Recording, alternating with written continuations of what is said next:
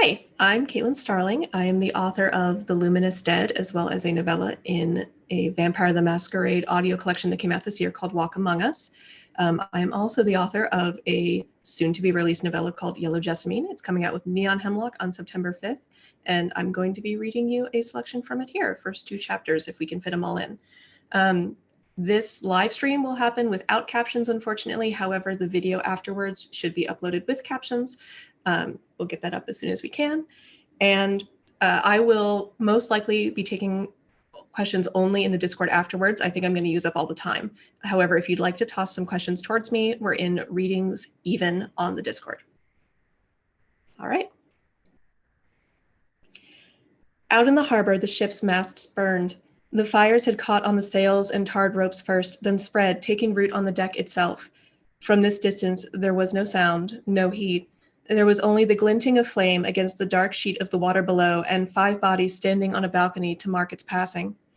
A shame, one of the watchers said, packing his pipe with an idle hand. But at least it wasn't one of the grain shipments. The owner of the ship did not respond, eyes fixed only on the conflagration of 2 months of his income. We must hope, said Lady Evelyn Perdanu, the only woman among their number, small and slight and draped in mourning black, that your orrery does not bring plague back with it as well, Mr. Danforth. The pipe packer paled almost imperceptibly in the dim light. It certainly will not. My men, your men run a dismal ship thanks to your stinginess, the owner of the burning ship snapped. And if it took my men, whom I keep generously supplied with clean water despite the mounting expense, gentlemen, said the assembly's oldest member, Wayland Singh. His gray hair was cut into a soft, short wave atop his head, and the lines creasing his dark skin spoke to years at sea before his current wealth and comfort. We must also consider the possibility that this is not a sickness of common provenance. There may be another hand at work. Evelyn watched him closely through the confines of her long veil. At night, with few lanterns set to light their balcony, it was hard to make out the sharper lines of facial features, but she could discern the set of every man's shoulders well enough. Nobody spoke because nobody wanted to acknowledge what they all knew, had all known for 5 years now. Delphinium was dying. The city was as good as dead. Even if the orrery returned with its grain and its salted fish and its citrus, it would only stave off the inevitable. The military coup that had shattered the Seventh Empire had also cut off the capital from all but the closest of its farmland. Naval officers still patrolled the great sea beyond the harbor where once Delphinium had taken in riches beyond imagining, but now they were just as likely to torch a ship as to escort it. Or to poison its crew, perhaps. Delphinium had been left to rot as the last old bones of the government refused to capitulate. Around them, in client cities and far-flung colonies, the empire continued under its new masters, prospering, but from her perch on the balcony, Evelyn could only smell the stench of decay, the sickly sweet deliquescence of pride, of money, of men. She turned her attention back out to the burning ship, now a column of flame. My lady, Danforth said, at her elbow, hesitant but arrogant as he always was. What word did your sailors aboard the Verity bring when they docked this afternoon? Nothing of note, she said, wishing he would leave her be. She should never have spoken. Often the men forgot that she was there. She was only a wealthy wraith of a woman, unmarked, respected only in the way that small boys respected the monsters lurking beneath their beds at night. All of them would have preferred her gone, but her company owned too many ships, and her coffers were the second richest of all assembled. She was invited as a matter of duty. They saw military ships at least once a week on their voyage, just as all our ships have. Do you have reason to expect different? She looked over at Danforth with his thick sideburns, his rakishly combed hair, his fine waistcoat. Of course not, he said, jaw tight. Her eyes slid off of him easily, and she turned from them all and passed back into the clubroom. She heard them follow, polished shoes cushioned by a plush rug, bought from Irla's markets in the far west, but made by Navarin hands up in the scattered mountain villages. They'd lost their berths in Irla 2 years ago. There would be no more fine rugs, not of this pattern, not of this make. They were losing so much, but now that the burning ship was out of sight, the men arranged themselves about the room fashionably at ease. Evelyn took up her customary position across from the sideboard by the windows, where she would be forgotten for as long as she remained silent, and set apart when she did not. Mr. Erston, owner of the Plaid Clipper, still looked pinched and thin. He alone remained near her, gazing at the dark blankness of the glass. The only good thing to come out of all of this, Mr. Singh said, pouring himself and Erston a brandy, is that there are no more tariffs. There were no more tariffs because there would soon be no more money at all. Ship trade was the only thing keeping the wheezing lungs of Delphinium's finances breathing. The workshops were running low in raw materials and far-flung customers, the warehouse only receiving in good news once every few weeks. And yet it was enough for the next week, the next month, the next year, if they were lucky. They would continue on pretending that everything would be fine. This group spoke around death, avoiding it assiduously, and so they would not see when at last it came for them. She considered giving another easily ignored warning, then abandoned the notion and moved to the door. "Gentlemen," she said softly, "I will see you next week." She left to half-hearted acknowledgments, descending a finely hewn set of stairs nestled along the side of the restaurant that the club office sat atop of. Even 6 months ago, she would have heard the soft roar of conversation through the wooden paneling, but tonight the restaurant was quiet. Not empty, not yet, but growing thin in patchwork. The other merchant lords avoided death, but Evelyn knew its contours and its character intimately, marking its creeping progress day by day. It had been her sole companion since she was a girl of 7, her mother gasping for breath, scrabbling for her hand, dying. A few years later, she lost her father, then her brothers. She lost her whole household until she was the only one left standing before the edifice of her father's business, draped in her black veil and her high-necked mourning dress, alone and called to the seat of power. Death had borne her out of the quiet servitude of girls and into trade deals, warehouses, a web of connections and strength. "Ma'am," came a voice from the bottom landing of the steps. Evelyn slowed her descent, fingers twisted in her heavy skirts. The boy who handled the coats was missing, replaced by a girl maybe 16 years old, her face scarred on her left cheek with pockmarks. She looked healthy, though, round-hipped and broad-faced. She also looked terrified. Ah, the supplicant. It was rare that girls came to her from the working masses. This one was Violetta's doing. Evelyn descended the last few steps, coming abreast of the girl and peering into her eyes. The girl recoiled. "I'm sorry, ma'am, I didn't mean—" "You are certain this is what you want?" The girl was shaking hard enough that her shoulders moved, that her dark hair piled on top of her head shivered in the lamplight. That is—" Evelyn gestured impatiently, and the girl handed over Evelyn's heavy oil-coated cloak, and with it the small case Evelyn had brought with her. It wasn't a fashionable thing, but inside it was cunningly divided into a warren of small chambers. Evelyn opened the clasp and drew out the small vial containing the boiled pulp of white bryony root. The girl stared at it. Evelyn glanced up the staircase, but none of the men had yet emerged. They wouldn't, not for at least another hour. Her departure always had the same effect as the ladies of the house repairing to another room after a dinner party. The brandy would flow more heavily, the tobacco clouds grow larger overhead. They would tell themselves they deserved to relax now that she was gone. She didn't mind that part of it. Tobacco was a noxious weed. Evelyn leaned in, pressing the vial into the girl's hand. "It will not be pleasant." "Real plague isn't pleasant," the girl responded, voice wavering. "It will be convincing enough. They'll send me to one of the border hospitals. And from there to escape, no doubt. A bold plan, if a foolish one. She was just as likely to sicken for real inside those fetid buildings. Take no more than 2 droplets every 12 hours, less if your body reacts strongly. You will need the rest periods. It will be very bitter, and it is caustic to the skin. So make sure to take it with as much water as you can stand." Evelyn waited for the girl to ask for more help, advice on how best to smuggle it into the hospital, on what to do if she took too much. Instead, she reached for the small coin purse hidden in the folds of her skirt. Evelyn stepped back. "No need," she said. "Just be gone from this place. You do this to yourself. I had no hand in it." "Of course, ma'am." The girl curtsied. Evelyn closed up her case, drew her cloak over her shoulders, and stepped out of the building. Her assistant, Violetta Fusain, waited in the high-wheeled carriage parked down at the corner. The footman opened up the carriage door for Evelyn and provided the block to step up. She took her seat across from her white-clad attendant, so different from herself, but with no less quickness in her lowered eyes. Violetta's pale hair was drawn back from her cherubic face. She looked like a delicate doll, except for the sharpness of her gaze. The door shut behind her. "I have met with your girl," Evelyn said. "It is done. I have delivered her poison." Violetta frowned at that. "Poison?" She asked for medicine. "A medicine that sickens is poison, and she will be lucky if she does not die from it," but she seemed determined. Violetta grimaced but did not argue. The carriage pulled out into the street, passing by the first turning towards home, and instead rattling down the hillside toward the harbor below. Something had happened then. "The Verity has encountered a problem, my lady." A plaguing problem. She thought of burning masts, great beacons of blazing failure upon the water. She could afford to lose a ship, but not her reputation. But when she searched Violetta's face for pain or frustration, she found neither. Instead, she found fear. "No, my lady," Violetta said. "Something else entirely." The ship rolled gently below her feet, wood creaking on all sides. With the sun long set, there were no calling gulls to hear, and on the first night in dock, there were few sailors aboard. She was left with only the wash of the water and the drum of the rain that had started up halfway to the harbor. Should we call for a doctor, my lady? The captain asked. Evelyn looked down into the staring eyes of the first mate of the Verity. Behind her, Violetta lifted the small oil lantern she carried a few inches higher.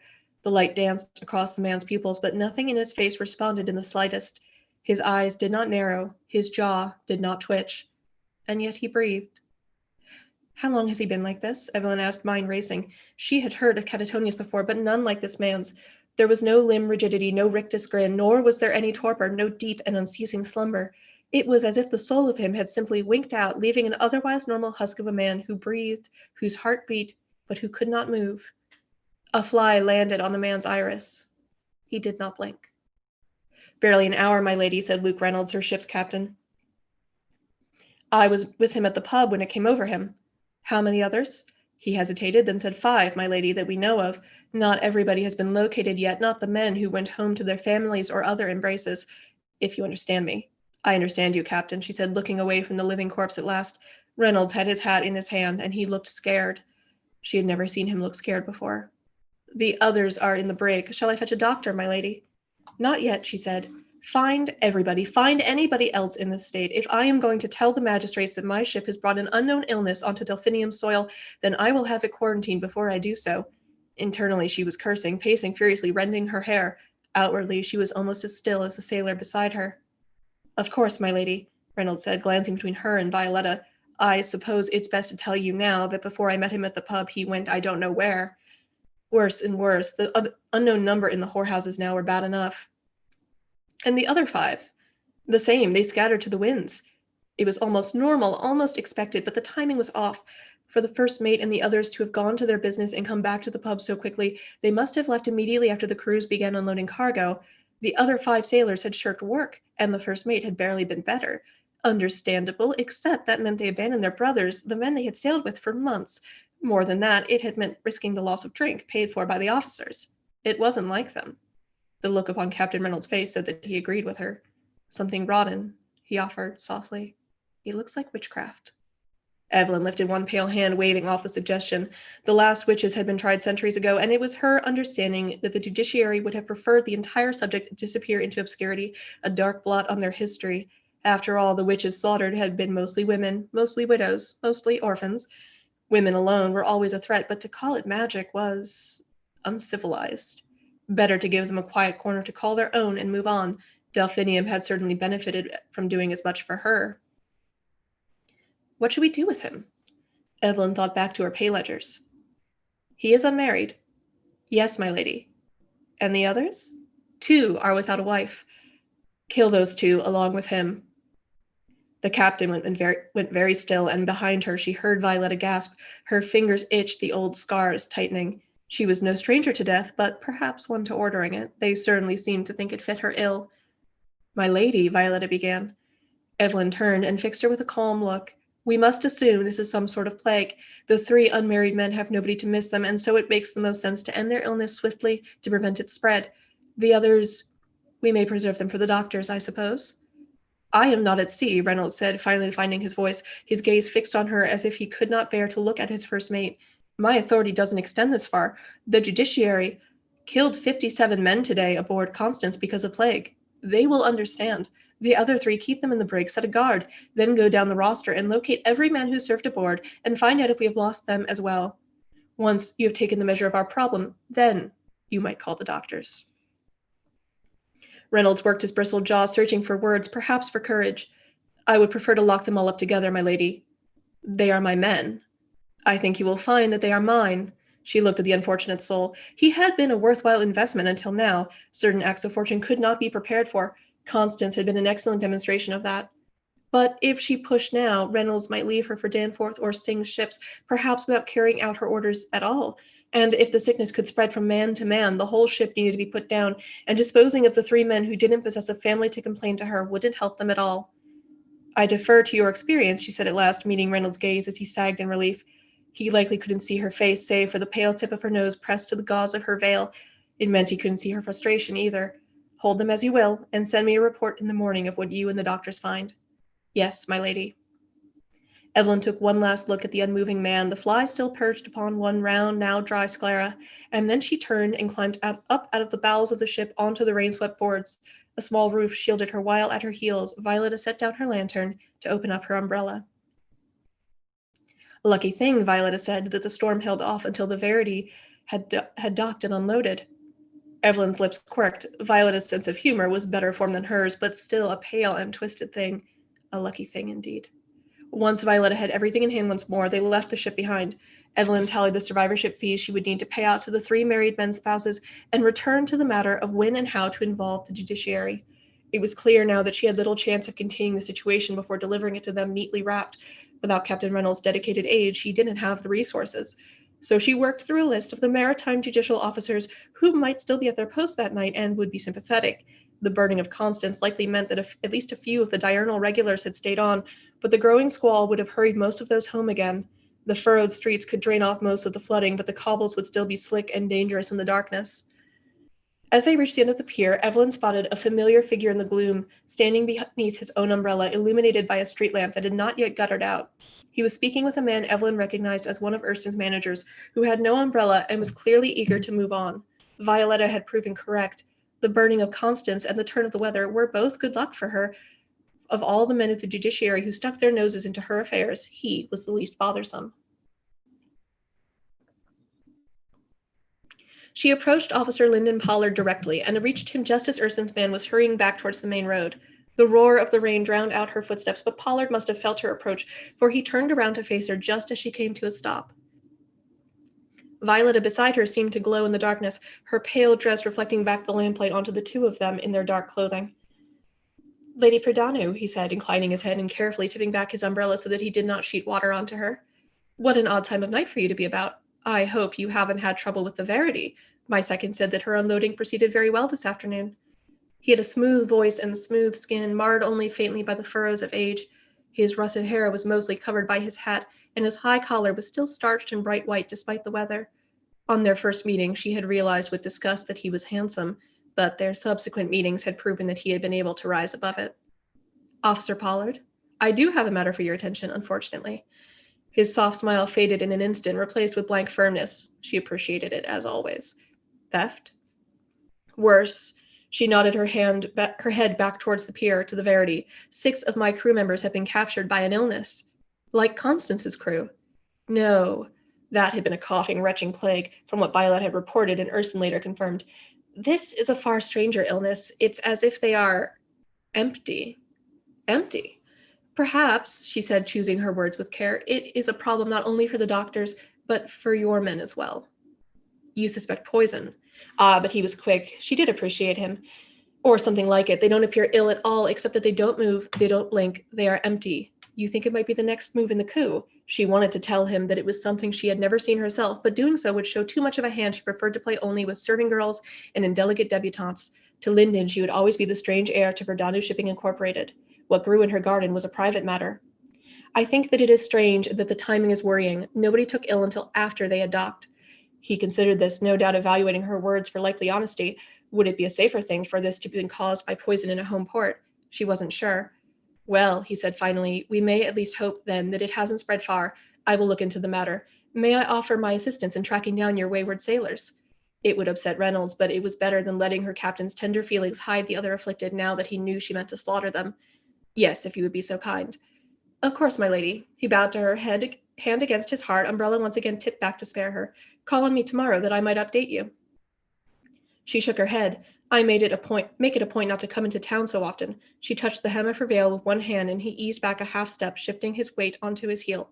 Nobody mistook her for a delicate, damaged flower, but few doubted that such horrid grief could leave a woman untouched. Her veil was armor. Her veil was indispensable. "Send a letter, separate from my captain's updates. I would appreciate the added perspective." "You don't suspect that he—" "No," she said, "but I do know that they are his men." She left the rest unspoken, and after courteous goodbyes, Evelyn made her way back to her carriage. Violetta followed, a silent ghost at her side, half sodden where the umbrella hadn't covered her. And I'm just about to run out of time, so if you want to ask questions or learn more about Yellow Jessamine, such as where to buy it, if it's coming out in audiobook, it is, come join us in the Discord under Readings Even, and thank you so much for coming to this reading.